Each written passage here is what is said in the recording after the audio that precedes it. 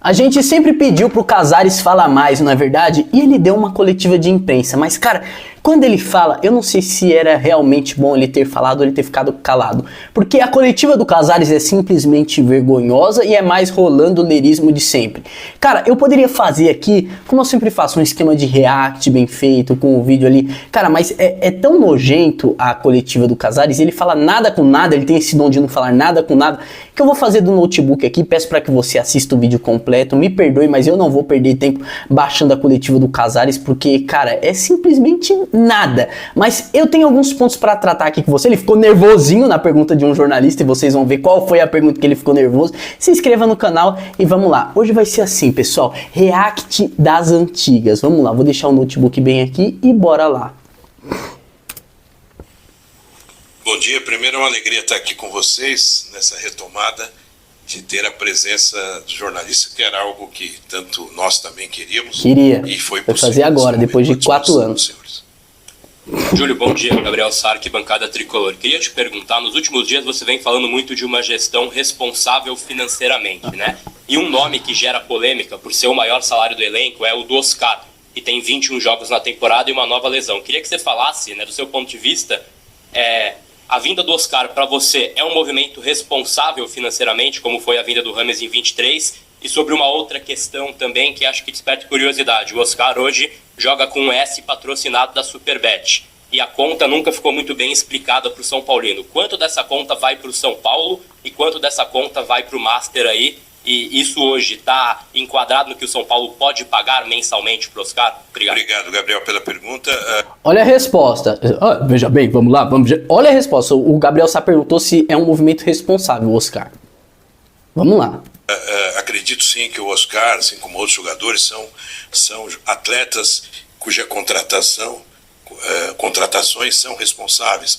Até porque o Oscar, quando optou por São Paulo, estava sendo pretendido por 2 grandes clubes no Brasil. Portanto, o fato dele se contundir está dentro de um panorama esportivo de que outros jogadores também têm essa mesma ocorrência intercorrente. A contratação do Oscar é uma contratação responsável. O Oscar ganhando mais de 2 milhões por mês. Mas aí você tá com dúvida sobre aquela questão da Superbet, né? Ele desmente o próprio patrocinador. Pra mim era 50%, né, do salário. Vamos lá. Em razão de vários jogos, de gramados diferentes, etc. O que nós esperamos que ele esteja no nosso elenco recuperando e logo possa trazer as alegrias com o objetivo. Foi o contrato. Alegria que até agora o Oscar não trouxe nenhuma, né? Ele foi realmente contratado com uma parceria de um pouco menos da metade aportada pelo patrocinador. Um pouco menos da metade é o que o patrocinador paga pro Oscar. O São Paulo paga a maioria do salário. Agora, o quanto é um pouco menos da metade? Quanto? Não muda. E isso tudo nos traz até uma certeza de que a renovação de contrato com a Superbet, que hoje é talvez o segundo patrocínio do Brasil em termos de valores, teve também a colaboração da chegada do Oscar. Então eu acredito que foi altamente responsável. Altamente responsável. Altamente responsável. Não foi responsável, foi altamente responsável. Como tem sido responsável todas as nossas contratações. Aquelas evidentes, às vezes, não acontecem no primeiro momento. Aquelas menos evidentes acontecem no decorrer do prazo. Marcos Antônio é um caso e que o decorrer do tempo... Vai mandar essa, Casares. A assertividade da contratação. Assim como o Enzo Dias e do passado, Rafinha, Alisson, Rafael, etc. Então, contratação... Cara, é nojento, né? Tem uma subjetividade e tem um momento. A dinâmica, depois do tempo, responde às questões de acertos, erros, que dependem, às vezes, de outros fatores. Presidente, bom dia. Aqui quem fala é Alexandre Salvador, canal Arnaldo Tironi. Os colegas aqui podem me corrigir se eu estiver errado, mas o senhor convocou essa coletiva quase 1.600 dias depois da última coletiva convocada em maio de 2021. E ele tá muito feliz, hein? Ele tá muito feliz porque a imprensa tá aqui, pô. Se estiver enganado. Eu queria saber por que o senhor levou tanto tempo para abrir, né, o clube, e também o senhor a pergunta dos colegas. Sei que o senhor deu entrevistas exclusivas no período, até falou lá em Cotia com alguns colegas que estavam presentes. E queria saber se isso tem alguma relação com a leva recente. Olha a pergunta que ele tá fazendo. A pergunta é simples. Por que demorou tanto, Casares? É porque também o repórter, ele tenta suavizar um pouco mais pro Casares, né? Olha a resposta do Casares. De protestos que houve na porta do Morumbi. Sei que o senhor é uma pessoa que zela muito pela sua imagem. Não deve ter gostado de ver sua foto num caixão. Queria saber como é que o senhor sente e por que abriu as coletivas só no 5º ano de mandato. Talvez os dias aí não sejam 1.600, porque teve live aberta, etc. Mas isso é irrelevante. Mas ele teve que tocar, né? Que na vida nós temos que fazer alguns ajustes de rota.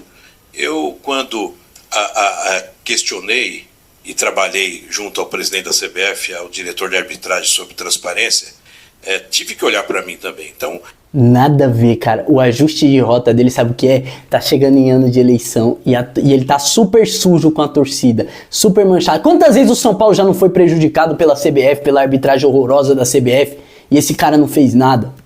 Você tem que abrir mais dentro do possível. Nós já havíamos discutido de abrir para a imprensa, pelo menos um período durante a semana ou durante 15 dias, a presença aqui no CT. Então, eu acho que isso foi uma questão de um ajuste de rota. Eu acho que sempre é importante uma reflexão. Depois de 4 anos, um ajuste de rota. Se eu estou entidade de transparência, eu tenho que olhar para a minha instituição. E quanto ao protesto, eu creio que todos os dirigentes da Série A e da Série B já passaram por isso. O protesto do jeito que foi, deixa quieto, vamos. Eu acho que o torcedor ele tem o direito de fazer a sua crítica, desde que seja pacífica, correta. É normal, é um mundo democrático. Eu vejo isso com democracia que a gente não tem no São Paulo, né? Mas vamos lá. Tranquilidade. Eu vejo gente que fez e salvou clubes através de SAF, que foram jogadores fenomenais no mundo e tiveram um protesto parecido. Isso faz parte da cultura do futebol e eu aceito com muita naturalidade. Processar torcedor também faz parte. Recentemente o São Paulo teve algumas ações internas para pausar um pouco a briga política, até por conta do futebol, né? Mas existe uma preocupação muito grande. Não foi essa pergunta ainda que ele ficou nervosinho. Teve um repórter que apresentou, ele ficou nervosinho. Aqui tá falando do Belmonte e do Casares que estão de mal. Do torcedor sobre o futuro do São Paulo, por conta de receitas que estão sendo adiantadas e por conta até mesmo de rachas políticos que estão acontecendo dentro da sua gestão. E acaba que a gente não pôde ouvir oficialmente ninguém do São Paulo falar sobre o que de fato está acontecendo. Aqui hoje mesmo tem muita gente envolvida, pessoas que podem concorrer, enfim. Queria que você falasse como que é a situação política do São Paulo hoje. O caos, o caos, é nojento. Mas a gente está tendo a oportunidade de falar com você hoje, antes de março. Então, queria que você explicasse como que tá. Aproveita que pode ser a última. E se o torcedor pode ficar tranquilo de que minimamente está tudo bem e todo mundo conseguindo conviver no dia a dia no Morumbi. Priscila, eu agradeço essa pergunta. Eu acredito que... Cara, eu agradeço essa pergunta. Essa pergunta foi muito boa. É o mesmo rolandoleirismo de sempre. Ele sempre vai ser isso, cara. Em qualquer se acostume. Corporação empresarial, de uma instituição, há divergências, né? E as divergências que ocorrem no meio do caminho, primeiro que elas ajudam a você ter uma opinião apurada do contexto. Então, palavras tudo difíceis. Isso que se coloca daqui para fora ganha uma potencialização diferente do que é. A divergência não significa racha nem discussão. Não. É o contrário. Ela nos traz uma solidez muito grande dos profissionais e dos colaboradores da instituição. E o que eu disse o nosso foco nesse momento, lutar por uma classificação da Libertadores. E por isso que todos os coordenadores políticos assinaram um termo, onde nós vamos discutir a partir de março uma sucessão para definir em junho. Tá bom. Porque com isso você não vai contaminar um processo eleitoral, que é normal dentro de uma entidade, para o dia a dia do futebol, que é o nosso principal... a nossa principal atividade. Cara, você vê que ele barra, porque quando a pessoa sabe que não tá falando a verdade, faz tempo, Casares, que sua prioridade não é o futebol. Quando a pessoa não tá falando a verdade, ele fica... É isso que acontece. Focar hoje na competição do Brasileirão e mais do que isso, planejar 2026. Então, a política tem o seu momento certo, tem um calendário próprio, e todos os colaboradores e coordenadores assinaram esse termo, o que nos dá garantia. Agora, a divergência existem. Às vezes você lê questões na mídia e a gente sabe que é bem diferente do que acontece. Divergência numa família existe entre irmãos, família, né? irmãos. Irmãos que às vezes torcem pro mesmo time. Que às vezes torcem pro mesmo time, porque no São Paulo tem palmeirense, flamenguista, corintiano. Divergência existe entre torcedor. E numa empresa onde eu também trabalhei muito tempo em mídia, tinha muita divergência. Mas o que interessa é o objetivo final, são as metas e que nós procuraremos sempre alcançar. Metas que não alcançou até hoje, né? Presidente, bom dia. Sobre a negociação de Cotia e o que vem sendo vinculado, que a gente sabe, e até... Desculpa, sabe, pessoal, mano. A gente já sabe de 250 milhões, que seria essa primeira proposta, com 50 milhões apenas para o abatimento... Não foi essa ainda, o melhor tá ficando pro final. A priori são 500 milhões para recompra, mas algumas pessoas dentro do clube falam desse número passando a casa de 1 bi. E também a urgência que parece ter para aprovação desse projeto. Tem urgência. Você comentasse um pouco esses pontos, inclusive porque a votação que você, há mais de um mês, havia dito numa entrevista, não me recordo a quem agora, que aconteceria em 2 semanas, por que ela não aconteceu? Passa pela não aprovação nesse momento do Conselho? Chacon, eu não me lembro de ter falado em 2 semanas, até porque não existe. Falou. Se eu não me engano, foi pro Gabriel Sá. Se eu não me engano, falou. Este prazo para aprovação. O projeto é bom, acredito, é estrategicamente bom. Ele está numa fase de ampla discussão interna. Isso demora, nós não temos prazo. Ele passou por unanimidade no Conselho de Administração, porque você tem que sinalizar para quem coloca dinheiro que o processo iniciou.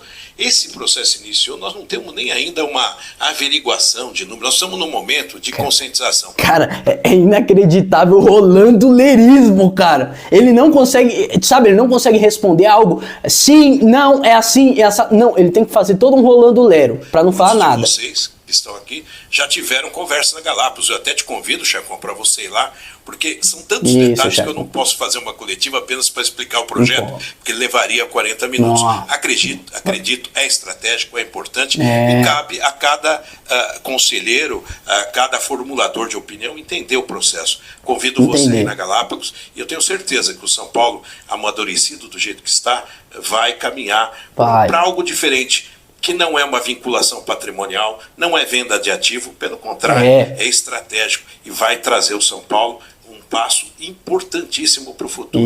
Eu, na verdade, tenho uma preocupação. Pessoal, não sei se eu vou aguentar tudo, cara, porque eu já assisti. Eu tô fazendo um sacrifício aqui por vocês. Se inscreva no canal, pelo menos assiste até o final, se torne membro e todas essas coisas que vocês já sabem. Porque, como tem 1 ano e é difícil. 2 meses e meio de mandato, de deixar um grande legado. E no final dessa hora... você vai deixar um grande legado, cara. Levantar o legado com os acertos e com os erros. Pior presidente da história do São Paulo.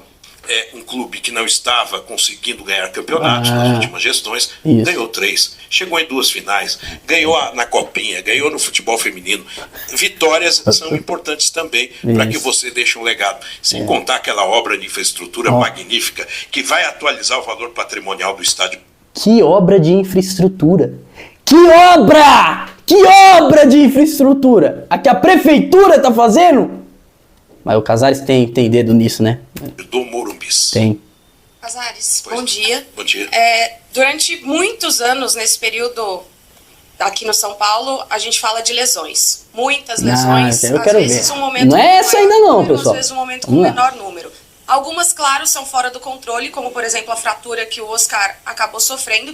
Mas qual análise vocês fazem, por exemplo, dessa temporada? Muitos jogadores lesionados. O São Paulo não conseguiu contar em boa parte dos principais jogos com os principais jogadores. Então, qual a análise que vocês fazem com relação a esse assunto?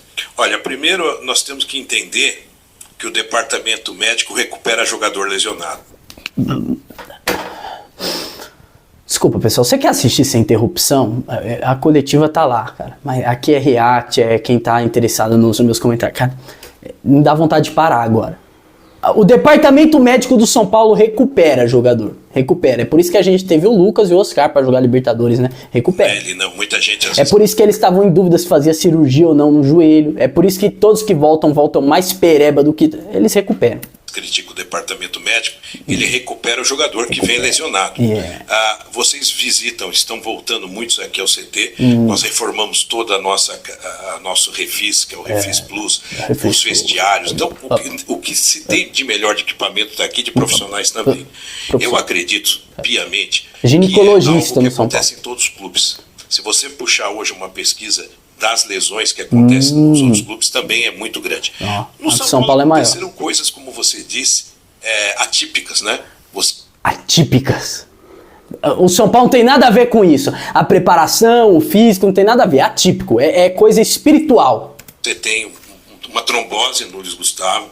Aí foi atípico mesmo. Lucas, que nunca tinha se machucado, machucou. O Oscar, será por quê? Nunca tinha se machucado, machucou. Por quê?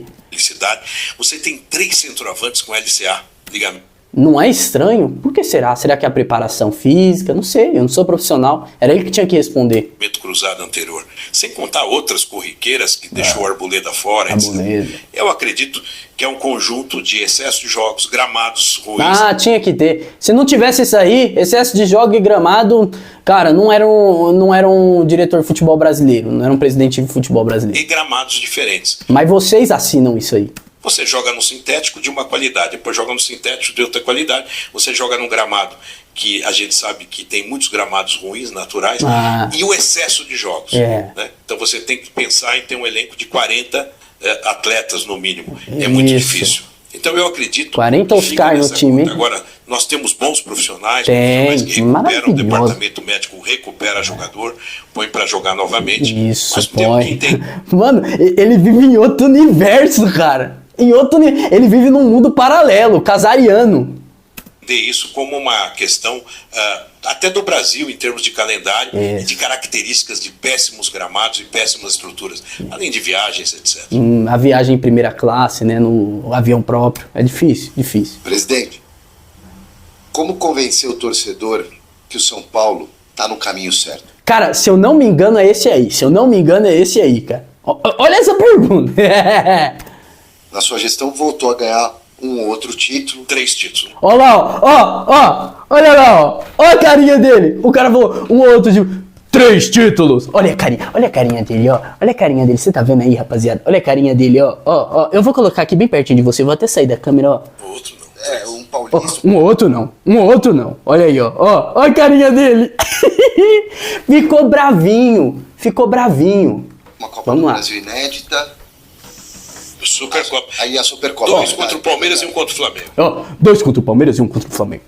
Um títulozinho. Ó a carinha dele. Olha de novo, ó. Você olhou a carinha dele? Olha a carinha do blogueirinho. Ó o zoinho dele. Olha o zoinho dele. Olha como ele tá bravo. Ficou bravo. Ó, o homem ficou bravo. Grandes títulos. Não se discute isso. Claro. Ao passo que a dívida subiu. Claro. Também não é só sua culpa, mas faz parte do processo. Cara, esse repórter aqui, cara, você é louco. Falou tudo. Passa pelas suas mãos. Como é que o torcedor vai acreditar que o São Paulo tá no caminho certo em todas as áreas? Silvestre, muito obrigado. Silvestre, você é monstro, Silvestre. É importante. Primeiro, nós tínhamos que reconectar o torcedor com a vitória. O São Paulo voltou a receber o torcedor batendo todos os recordes, porque o São Paulo começou a ver que era um time competitivo. Nossa, super competitivo.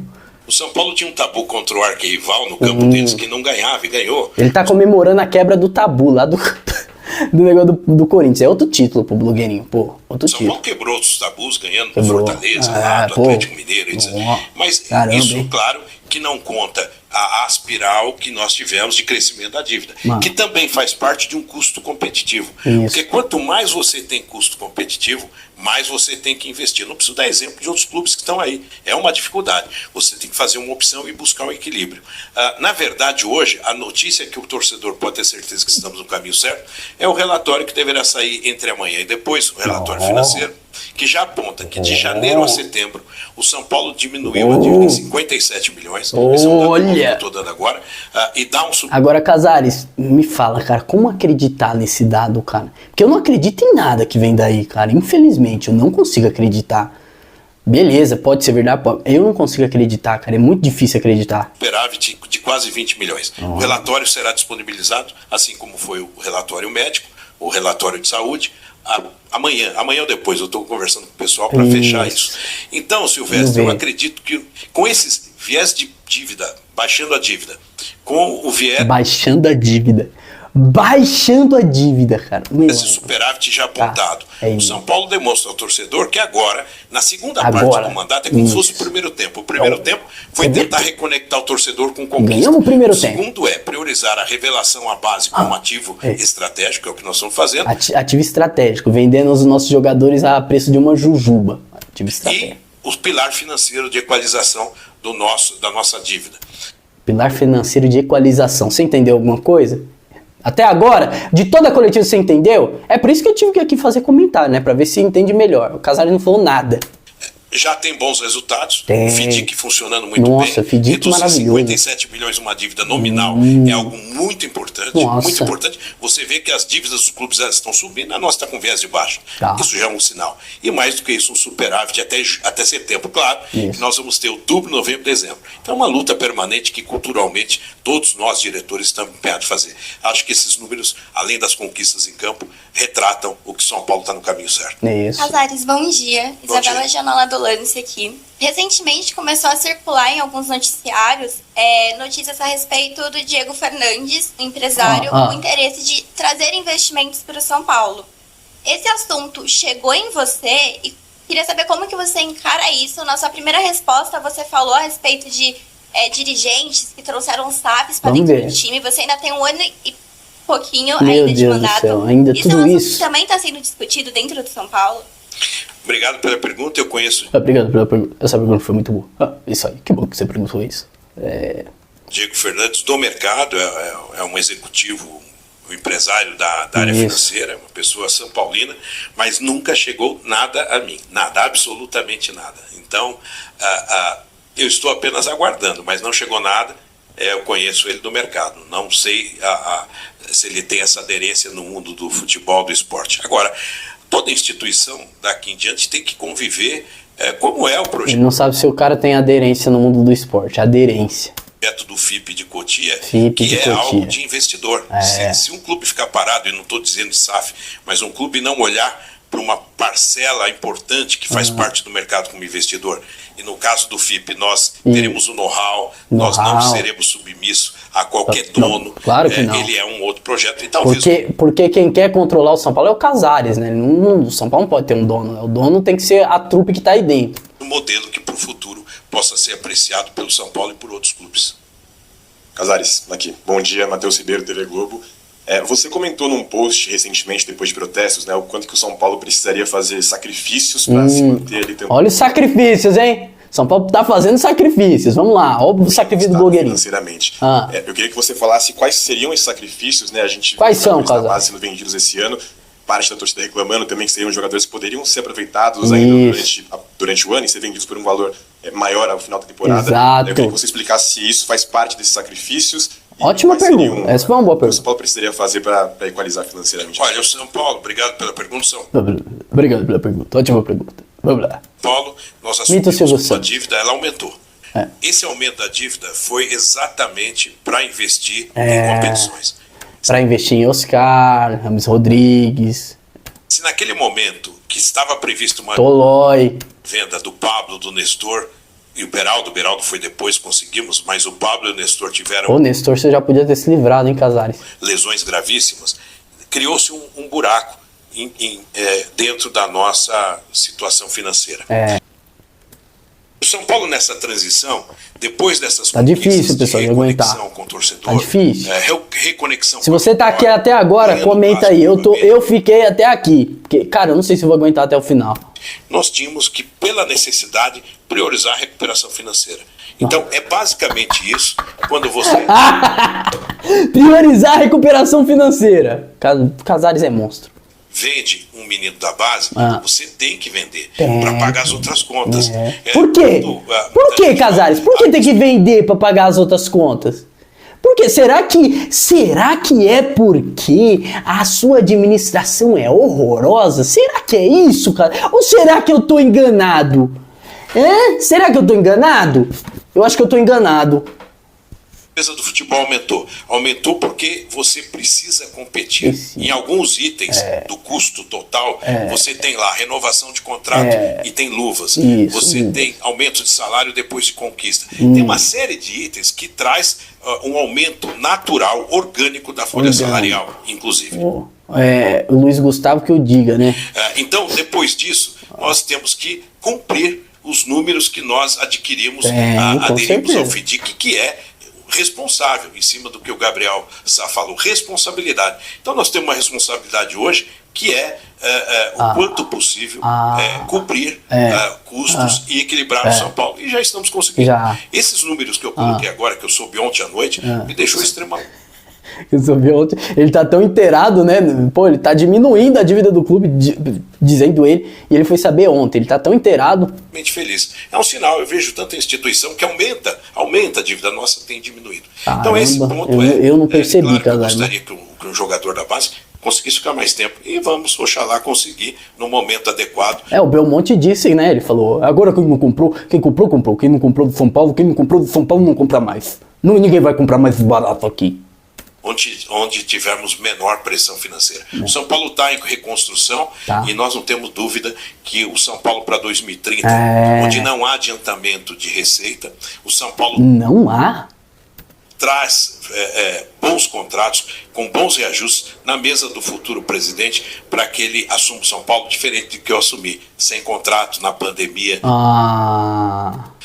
etc. Foi uma longa história. O primeiro tempo do primeiro mandato, eu quase morri de Covid. O Crespo estava aqui, também ficou internado. Foi um momento difícil, não tinha jogo, tinha... Foi difícil para todo mundo, hein, Casares? Imagina para quem não tinha tanta grana para pagar leito. Enfim, não vou entrar nesse... Quando tinha jogo não tinha público, às vezes não tinha transmissão. Foi um momento muito difícil. E nós superamos ganhando títulos. Eu sempre falo, na pergunta do Silvestre, que ganhar títulos disputando... Olha lá, ele tá lembrando do Silvestre, hein? Com Palmeiras e Flamengo tem um símbolo. Olha lá. Essa pergunta foi a pergunta que pegou ele. Essa pergunta ele ficou nervoso. Ele ficou nervosinho.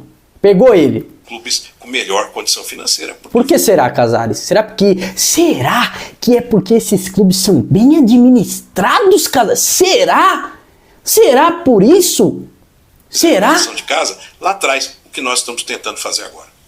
Presidente, bom dia, Otávio Rocha da Valve Brasil. Voltando um pouco sobre os protestos, né, da partida contra o Ceará, a gente vê muitos torcedores comuns criticando os torcedores organizados por não fazerem protestos, por não criticarem a sua gestão. Olha, essa aqui é interessante, hein? Protesto, né, a respeito do seu nome, a respeito do Belmonte, também sobre todo esse setor da diretoria do São Paulo. É a última que eu vou ouvir, pessoal, não tô aguentando mais. Tanto pessoal quanto profissional. Ouvir duas vezes é demais. As torcidas organizadas do São Paulo, justamente por conta dessa crítica, né, dos torcedores comuns aos organizados em relação a essa falta de protesto, de críticas ao seu nome. Obrigado.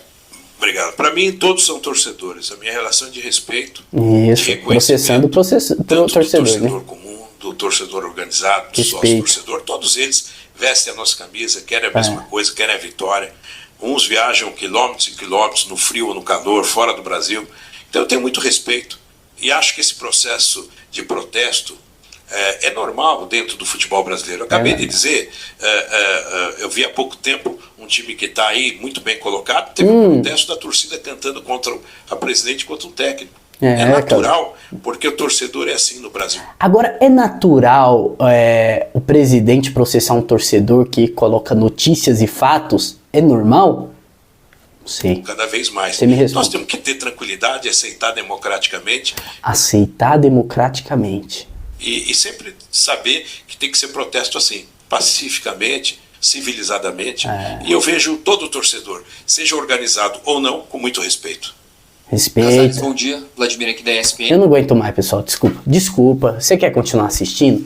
Tem a coletiva completa aí, só você pesquisar. Eu não vou deixar nenhum link aqui, porque eu prezo pela sua saúde. Se você quiser procurar, procure por sua conta em risco. Eu não aguento mais, cara. Mas você quer um adiantamento até o final? Foi o Rolando Leirismo que você viu até agora. Ele fala e não fala nada. Ele tira coisas do mundo dele. O Casares vive em outro universo, num universo paralelo. E é isso. Se foi de alguma maneira proveitoso, você deu alguma risada pelo menos, se inscreva no canal, deixe seu like, se torne membro para ajudar o canal. Cara, é um saco, cara. Ver o Casares falando, a gente pede transparência, cara, mas quando ele fala parece que piora mais ainda. Enfim, um grande abraço. Até a próxima.